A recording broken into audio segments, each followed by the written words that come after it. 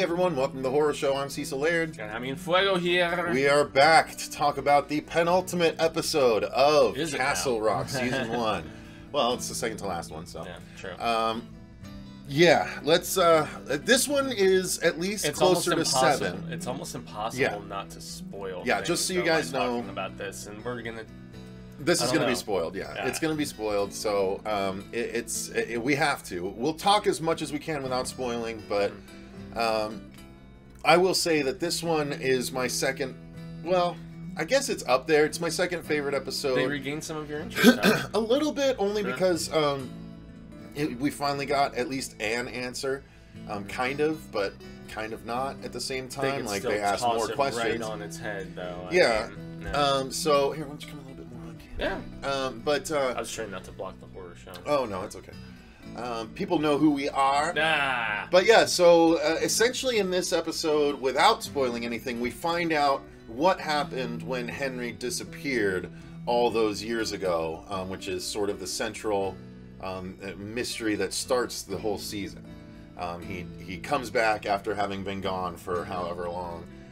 And so we find out where he went in this one, and that's about as much as we can say without spoiling anything else. So I will say I enjoyed it. I liked the acting a lot, especially from the kid in this one. Yeah, I thought he did a good job, and you know, there are still questions after the end of this, but at least it was like, okay, cool. I'm glad this was interesting. This was cool. This did feel very King-like. Oh, it felt insanely King-like, and that's where there's people going as far as saying that this ties Castle Rock in with the Dark Tower to some degree, and I guess maybe it kind of does, because as I've said in a few different things recently, basically I try to look at this show, and just like I did The Mist, you know, as it's like a alternate universe of Castle Rock, because they kept a lot of continuity, but then there's certain things like Polly from Needful Things that they chose not to, you know, like retain and stuff like that. And so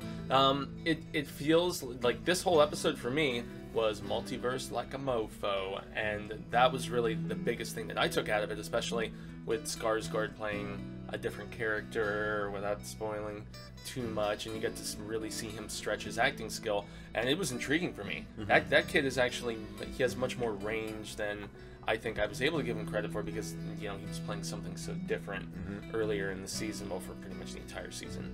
And so, yeah, I found it interesting, but yet I found it a little bit of a cop-out at the same time, you know, in all honesty. Yeah, a little bit. Well, and maybe not as much of a cop-out. Well, at least to me, it didn't feel as much like a cop-out as it did a just kind of so-so explanation. No. It was like, it was interesting. It's the King explanation. Yeah, but alternate dimension. It still wasn't as interesting as I kind of hoped it was going to be, but it was interesting enough. Well, and it left enough questions for the 10th episode, but none. I don't know. I mean, it was cool, and it's just like the show. This revelation has had a very polarizing reaction amongst, you know, those who like the show and dislike the show, or are still soldiering along anyway, like, you know, me and Lily. So it's, I don't know, man. I was intrigued to some degree, but then frustrated a little bit as well. I'm glad at this point we only have one left, because then we can just let it rest for a while. But yeah, the acting was good. The cinematography is always good in this show. Yeah, and TV is just up to a certain standard. Part of Massachusetts, you know. So. But let's. I guess if we have to talk about it, we have to spoil at this point, guys. Yeah, so if that's all you want to know without it being spoiled, then jump away now. But here's what we're gonna do, or here's what happened, I should say. Actually, Fuego, why don't you go ahead? Yeah, why not? You're sort of... Well, the episode essentially starts out with you being told that Henry Deaver is not the Henry Deaver that we think Henry Deaver is. Yeah, and there's perhaps a reason why the kid has been sitting just saying that name, you know, over and over and over. Yep. And that's because Henry Deaver is, at least as we're assuming, in fact, you know, the kid, and you see flashbacks to what he was before, and he was like this hot shot, like, I'm trying to remember if he was a lawyer or if he was just like some business savant or whatever, because at the time we're recording this now, it's been nearly a week since I watched it. But yeah, I have to say, it's frustrating stuff for me. It just essentially is, and so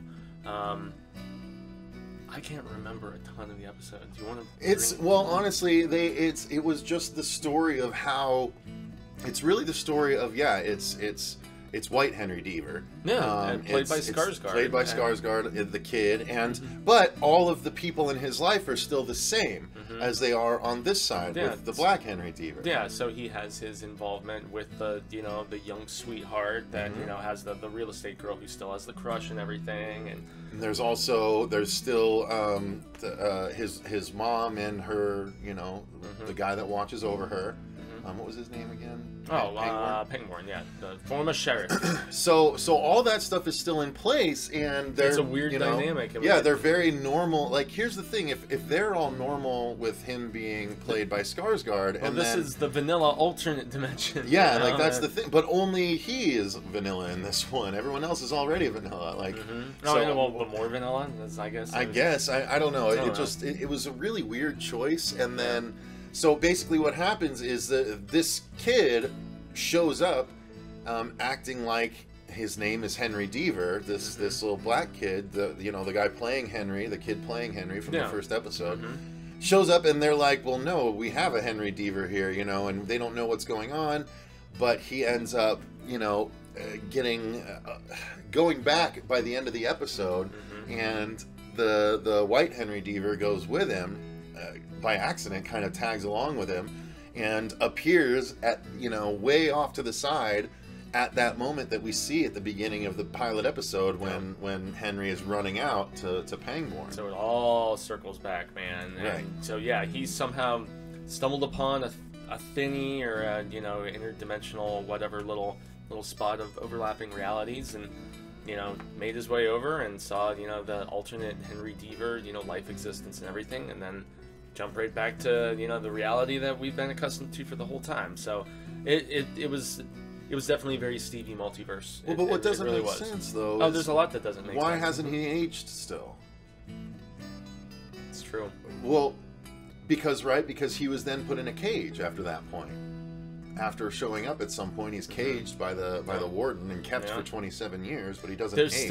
There's still so many theories that even on that other side of reality or whatever, that he wasn't quite who he was, and then there's others who think he attained some power with the dimensional jumping, or it's, I don't know. There's been so many fan theories about this show, from saying that they thought the kid was like a Pennywise or a Bob Gray, and or I don't know, incarnation of Flag, for instance, or whatever. So I don't know. I think at the end of the day, he's definitely not going to be any of those things, and they're gonna just try to tie up with a nice little bow, at the very end of the show. But I just don't really know how they're gonna succeed at that, man. So I mean, I guess they've answered most of the questions, but not in a particularly compelling fashion, is what it really boils down to. Nope, as is the case usually with Castle Rock. So, all right, guys. Well, that's going to do it. Thanks very much for watching. I've been Cecil Laird. Gracias, I've been Jaime Fuego. And remember, stay scared. Yeah, full thoughts on the whole season coming very soon. Yep. Hopefully Marshall will be in for the review after the last next episode's last episode, right? This is the last episode. So thank goodness. All right.